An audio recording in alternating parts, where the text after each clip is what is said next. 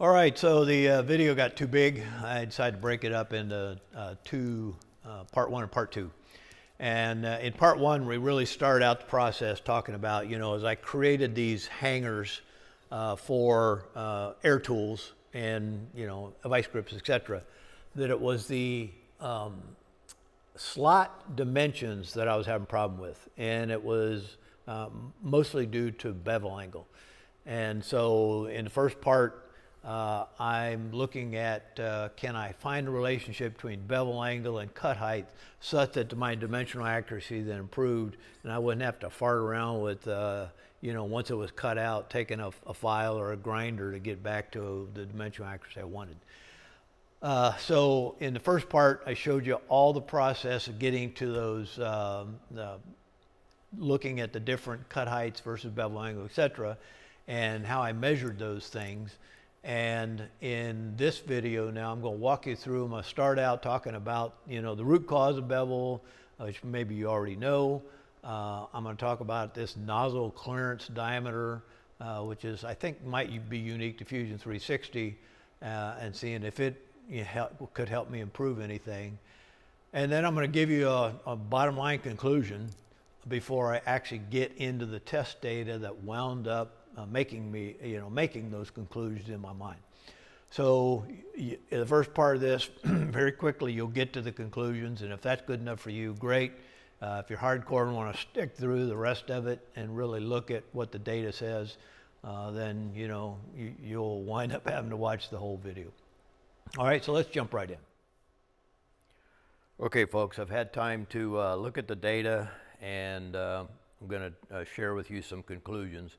Before I do, I want to talk a little bit about bevel and nozzle clearance diameter and basically what I've been able to extract from various things and looking at the data. Then I'm going to give you my total bottom line conclusion for people that's all you're interested in. For someone that actually wants to look at the data and walk through that with me and you're hardcore, then you can stick with me after that and we'll do that. But I didn't want to get the thing too long for some people that just kind of want the bottom line and then go ahead and leave.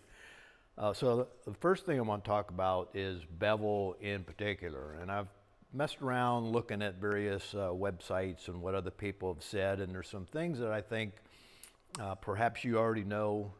I hadn't dug into it enough to know before, but apparently with our plasma cutters, you really can't get away from bevel completely. And we've got a table that for the price is giving us phenomenal capability. And so I think we need to accept the fact that there is a little bit of limitation in just what we've got. There's backlash in the lead screws, there's a number of things, but hey, for the price of what we get for this table, we get an excellent deal. But let's talk a little bit about bevel. This is Kim from a website, took it from American Torch Tip folks.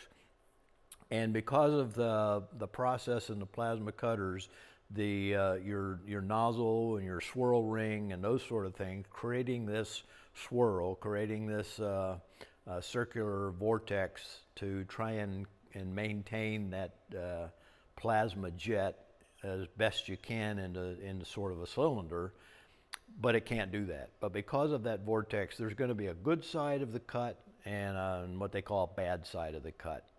And you can see they say 1 to 3 degrees bevel on the good side and 3 to 6 degrees on the bad side. And so that's why when you notice in the cuts, for all the internal cuts, it's going counterclockwise, and for external cuts, it's going clockwise. That's to try and keep you on the good side. We're going to see in one of the coupons that there's actually an interesting or unique thing, and we'll see the effect of that a little later if you stick around through the data. The other aspect of bevel we talked about earlier is the torch height, and because of the shape, it's somewhat of a parabolic shape in that nozzle, in the jet, If you're too high, you get a bevel in one direction. I guess they call that negative bevel. And too low, you get a positive bevel. And there's supposedly some sweet spot where the bevel is minimized. We'll find that I had to get down to pretty doggone low to get that number 2, where it was kind of a negative, or I mean, almost a zero bevel. The problem was that's only on one side of the cut. As that torch moves around and you get to the other side of the cut, as we learned in the previous chart, you get onto a bad side, and even where if you're in that sweet spot of number 2 here, you still have some bevel on the other side. Obviously it was, these are some tips for reducing bevel. Obviously the torch perpendicular to the surface. And I guess you guys with the hand torches, I've got a machine torch, you guys with the hand torches, that must be pretty difficult to try and ensure that you are perpendicular. But I guess it's pretty important that you try and do that. And then, if you're cutting something where you got some pretty tight corners and the torch slows down to get around that corner, well, that leads to more bevel. And sure enough, where I was having problems in cutting out those vice grip hangers and air tool hangers, it was doing a whole lot of that slowing down. Torch wear, will make that plasma wander so that it's not nice in that quasi cylinder. And again, cutting on the right side of that plasma is pretty important, but obviously it's not something we can do. All right, let's talk about this nozzle clearance diameter setting and what the effect was. So here's one of the videos, a snapshot out of the video, one of the 360 setup videos that says that for Crossfire Pro, that nozzle clearance diameter should be set to 1. And they talk about it in there, we cover create a plasma cutting tool with an accurate kerf width and nozzle diameter. And so sure enough, I don't know if you can see that, but they indicate to put a 1 in the nozzle clearance diameter when you're creating a tool in Fusion 360. I don't know if there's anything like this in some of the other CAD tools or things that people use, but anyway, but if you go over then to the Fusion 360 folks and look up what they're saying this nozzle clearance diameter is, it says that the nozzle clearance diameter is the diameter created when the initial cut when the water plasma or laser is first on. So where our laser says the diameter created from the initial cut when the plasma is first turned on. Well, I got to admit, I'm confused. Is this kerf? And if so, why would Langmuir choose to use 1 inch? And the bottom line for us, does it affect the cut? And we'll talk about that. So in these test results, I'm going to look at the nozzle clearance diameter setting on bevel and or dimensional accuracy. I'm going to look at the dimensional accuracy versus a cut height. I'm going to look at bevel angle versus cut height. And I'm going to look at can we use a scale factor to achieve desired dimensions after all the other things are in place and we're still not getting accurate cuts. So here I'm going to jump to the conclusions, but then after this, I'll actually go through that test data to show you how I came up with these conclusions. So the dimensional accuracy only had minor improvement trends as the cut height was decreased. There were some outliers, but it seemed to be that at a 40 thousandths cut height for this particular 11 gauge material, it had consistently better results, but minor improvements. And number 2, the average bevel angle improved as cut height was reduced, but it never went to 0, and in particular on all sides. So if you're cutting out the square, there were 2 sides that were pretty darn flat and got very little bevel angle, but the 2 other sides had bevel angle that wasn't much better than, say, 60,000. It did look like the 40,000 seemed the best when I averaged all those and we'll look at that. The scale factor can improve cut dimensional accuracy. It's not a perfect solution, does require tweaking. So basically what I went through in averaging, dimensional accuracies, if it was too big or too small, and came up with a scale factor. And what that would require me to do is go back into Fusion 360 and change things using that scale factor. But if I were to do that, there's a pretty good chance that I'll get some much better accuracy than the current, what I'm getting currently. Okay, and we'll come back to that conclusion at the end. All right, if you're hardcore and want to look at data, stick with me. If not, that was my conclusion, and if it's good enough for you, then thanks for watching at least this long. Okay, so the first thing I want to look at is a nozzle clearance diameter setting on bevel and or dimensional accuracy. Did that nozzle clearance diameter setting have an effect? And again, I had a subscriber viewer that told me that when he moved from that 1 inch that was recommended by Langmuir down to 1/8 of an inch, that his dimensional accuracy significantly improved. So I was real excited to see what would happen. So here's the parameters that I've measured in trying to answer this question. So I'm not sure if you can read that, nozzle clearance diameter and cut height. And then for the square that was cut out, I looked at the side 1, side 2 widths. I took an average. I went to in the hole and I looked at the maximum diameter, the minimum diameter that I could find, and took an average. And as you probably know, when you cut holes, it's not a real circle. There's going to be some error in that hole. And then I looked at the bevel angle on each of the sides and then came up with an average. For the circle with the internal square, I looked at minimum and maximum diameter of that disc. I looked at the dimensions of the square and came up with an average. And then finally for this thing, I'm just calling it I'm not sure what to call that thing. It's a finger coupon. I looked at the width of the slot, the length of the slot, the width of the fingers, and the width of this little internal portion where it made the turn to create another finger. And so for the nozzle clearance diameter, I did these 3 coupons looking at this data with 1 inch and then 1/8 of an inch. And here's what we found. So for 1 inch and 1/8 of an inch, if you look at the averages for here's the side 1, side 2, very little difference. Average diameter, really no difference. And average bevel angle did change a little bit, but not significantly. That was for the square with the center hole. Looking at the disc with the center square now, we find similar trends between 1 inch and 1/8 of an inch. No change there, very little change here.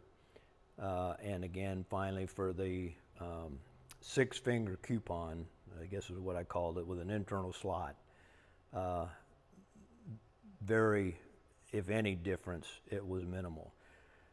So my conclusion, I'm not sure how it helped my viewer. I'm happy for him, but for my particular case, my setup, my hypertherm, whatever, the effective nozzle clearance diameter was negligible, at least for the 60,000ths cut. I didn't try any other cuts, but for the 60,000ths cut height, it was negligible.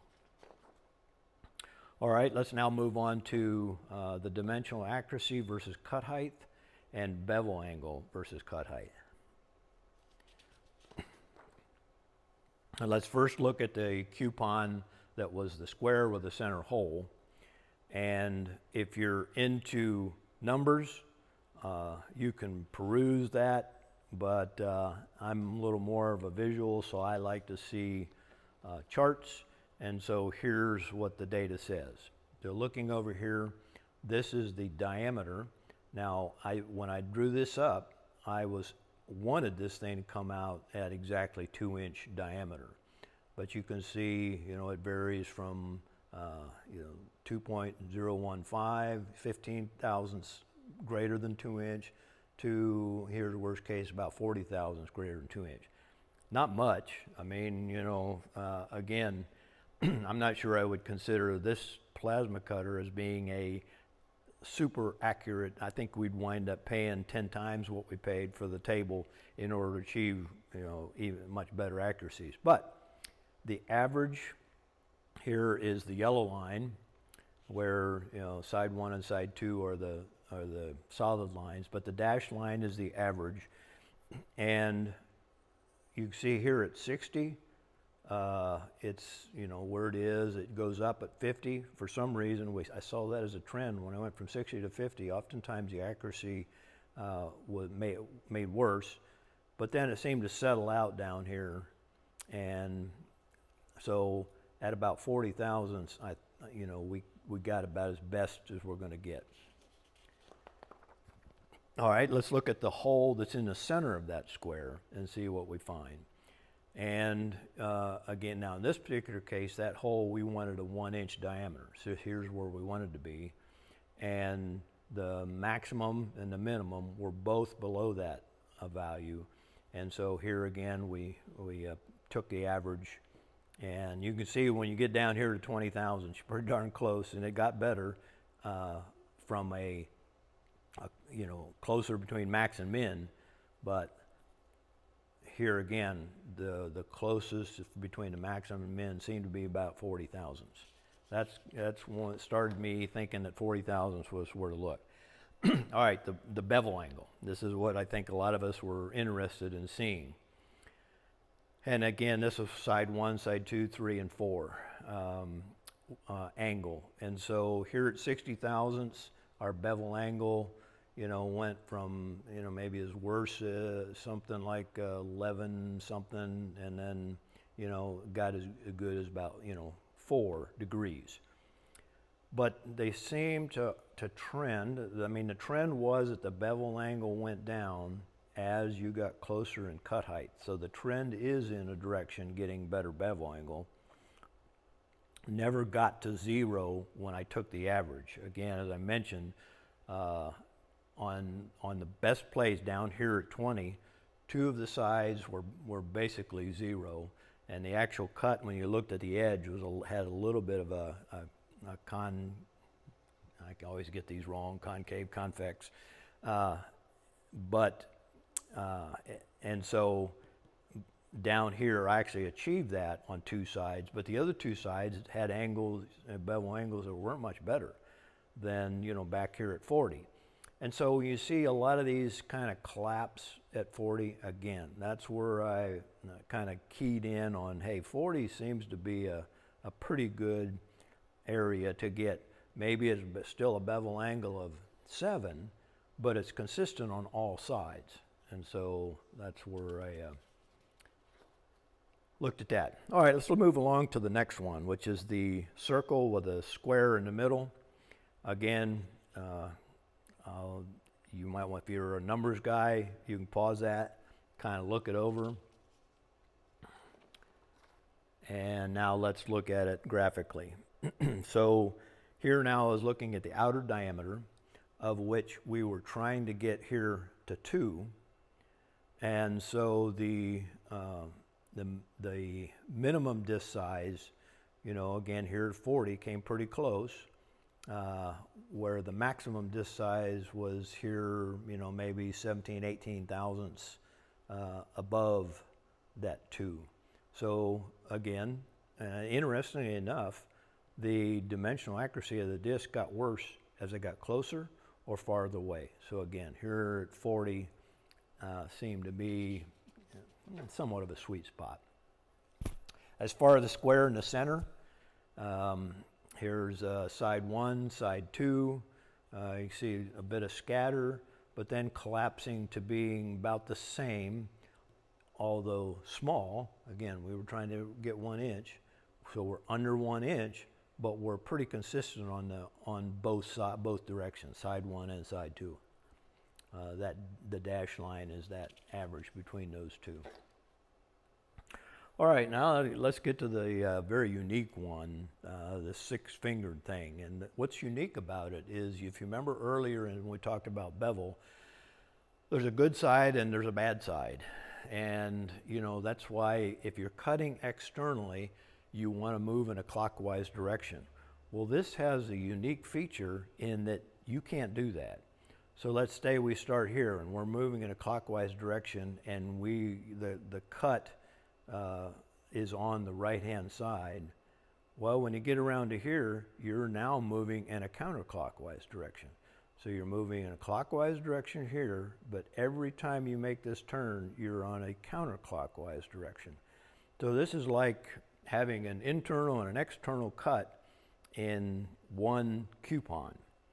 And that's kind of why I designed it. And again, this is where I was starting to have the problem. If I wanted this gap to be a certain size so that I could hang vice grips or air tools, well, then I always found that there was too much bevel here, and that made this gap narrower than I wanted it, and so I'd have to kind of grind it out.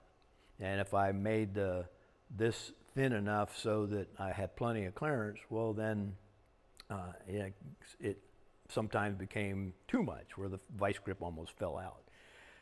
Again, there's numbers for your number guys, but let's look now at what we're seeing graphically. So the internal slot width, I guess I didn't do an average on this one, I'm not sure why, but you can see we were after this 0.5. I can see what I've done. This is both the internal slot width and the finger width.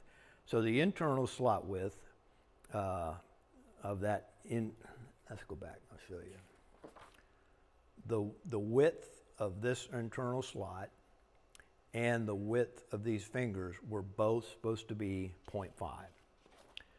Well, the internal slot width, which is now you're cutting inside, so you're going counterclockwise, was this value. And see, it's low. We wanted to be 0.5. The external the external finger, which is also supposed to be 0.5, is bigger. So there's the inside size, outside size, and they basically surround this 0.5, one being bigger, one being smaller. That internal slot length, let's go back. The internal slot length, this distance here, was supposed to be 1.5. We were shooting for here, and you can see the distance, the width, was always smaller. You can see the scale here, makes it look much worse, but we can see that we're always too small. All right, and then let's see, this internal slot width is a little confusing on the names, but let me point out to you what that is. That is this width. All right. And that's supposed to be 0.25, and you see we're always low. Now, again, here's this 40,000 thing. For some reason, that got closer to the 0.25 than everywhere else, higher or lower in cut height. Another reason that I kind of keyed in on that 40,000s. So let's see what we do with that. We can't get rid of the bevel significantly, and the cut height, while it did improve it somewhat, it was a minor improvement. So what are we going to do? If I want a dimensional accuracy, if I want those fingers to be a half inch, if I want that circle disc to be 2 inches, if I want my square to be 2 by 2, well, can I scale and go back into my CAD, this in my particular case, Fusion 360, can I scale it in such a way that I can get that, those accurate dimensions? And so if I start with the 40 thousandths height of cut, and I find the ratios of what I wanted to what I actually measured, then here's what I get. So for all the external cuts, Here was what I measured, here's what I wanted. What I measured, what I wanted, etc. And come up with a ratio of that. Then on average for my external cuts, I come up with a scale factor of 0.979, which basically means I'm too big and I'd like that to be smaller. So if I multiply it by 0.979, it brings that down. For all my internal cuts, and if you remember on that one 6-fingered coupon, you know, it has the unique feature of having both external, and because it winds up turning counterclockwise and internal, I lump that into this internal cut. And again, here measured what I wanted, etc., measured what I wanted, and came up with that ratio, averaged those out, and that comes to a 1.032. So everything that's too small, basically internal cuts always were too small. All right, let me see if I can explain this thing on scale factors and how I would actually attempt to use that. So from the previous chart, we came up with our scale factor that if it's an external cut, I multiply by 0.979, and that's what I would model up. And if it's an internal cut, it's 1.032. So looking at the square now, here's what I desired. This is what I was measuring, and so you see on this external cut I'm too high, on the internal cut I'm too low. So I basically go back using my scale factor, and I would draw a square with edges. Instead of 2 inches, I'd use that factor 0.979 times 2, and I would actually draw that square with edge lengths that are 1.958 inches on side. I would also draw the circle. Since that's an internal cut, I need to have that bigger because it's smaller. So I would actually draw that circle, instead of 1 inch, I would actually draw that circle as 1.023 inches in diameter. If I were to do that and recut, now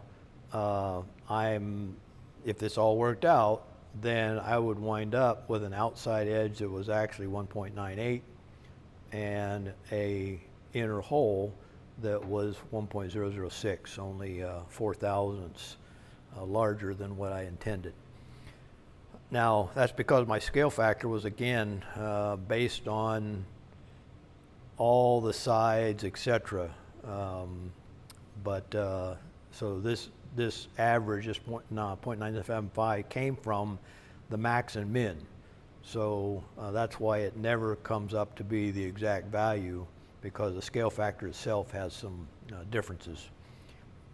For the circle with the internal square, same thing. I would, using the scale factors, I'd draw this outer diameter as 1.958 in diameter instead of 2, and I'd draw the square with edges that are, instead of 1, be 1.023. If I were to do that, then the calculation says that my outside diameter should wind up being 1.974 instead of what currently is 2.016, and my internal square should have edges that are 1.011 instead of 0.98. All right.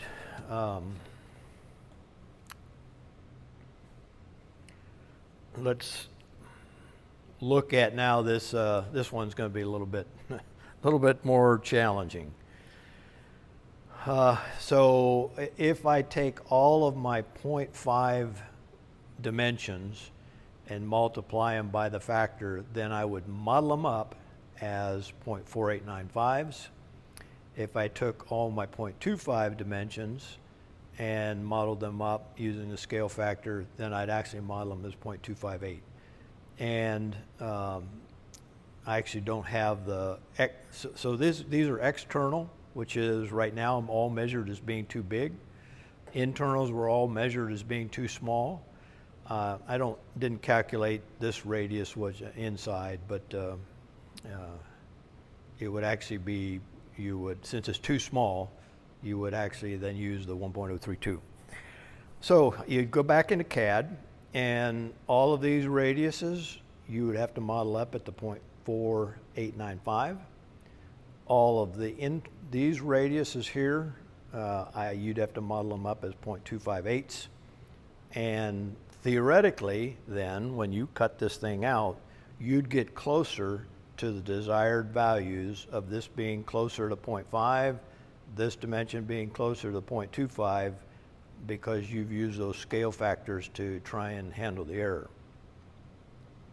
Now, let's say you did that and the factors all worked out, and you'd wind up then, according to the calculation, that if you use these values, in reality, what would come out in 2, 4, 6, 5, 1, 3, 5, they would actually go from what was currently with no scale factor, 0.515, that would drop down to 0.504.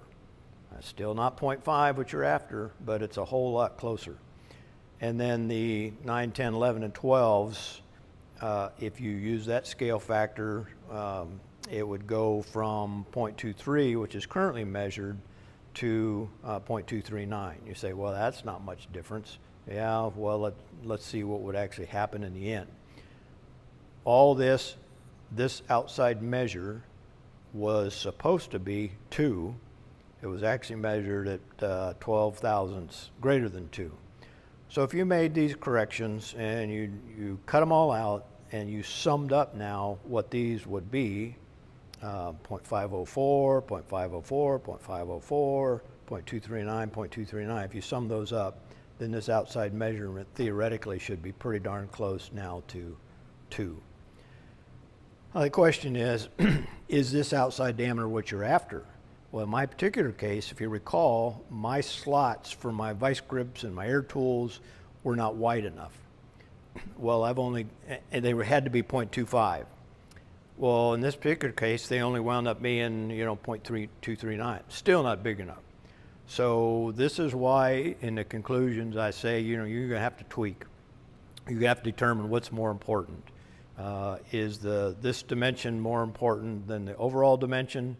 And you might have to tweak then your scale factors to wind up with what you're after. But that's what kind of led to the conclusion down here, is that the scale factors can improve cut dimensional accuracy, but it's not a perfect solution and it would require tweaking. So in the end here, let's go through the final conclusion. The dimension accuracy had minor improvement trends as your cut height decreased. So it went from 60 thousandths down to 20 thousandths. But there were some outliers, where it didn't seem to follow a real trend. However, 40 thousandths cut height consistently were better results. Your average bevel angle improved as cut height was reduced, but it was never 0, and at least for all edges. When you got down to the 20 and 30 thousandths, 2 of the sides were pretty darn close to being flat. They were concave, but they were still pretty close to being flat. But the other 2 sides had bevel angles that were back up to the 6 and 7 degrees. So when all sides, I could not get rid of bevel on all sides, no matter what the cut height was. It did seem again that the 40 thousandths seemed best when I averaged all 4 sides. It wasn't 0. I think it was like 6 degrees. But it was 6 degrees on all 4 sides, so it was consistent.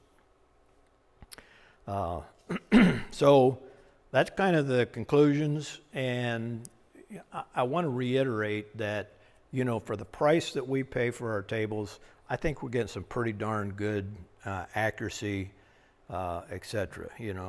You'd have to pay a lot more for a table to try and improve those things down to what you might have to have in a major productive environment. But for what we're doing, I think we're getting some pretty good results. I will probably, for 11 gauge, use 40 thousandths cut height and see what happens. See if there's some kind of, if that lasts, I need to change the torch consumables, putting brand new ones in there, maybe cut another one out at 40 thousandths, see if it made a difference. So there's a number of things that I haven't done yet, and I haven't made those scaling, drawing up, going back into Fusion C60 and made those changes using the scale factors and recut it out to see if my theory holds up to reality. I'm probably try and do that in a future update. But that's it. If you guys have seen some things that improved your cut accuracy or your bevel or whatever, I'd love to know about it. So I will leave it here for now. The video's gotten too long already, but I appreciate you spending the time. All right.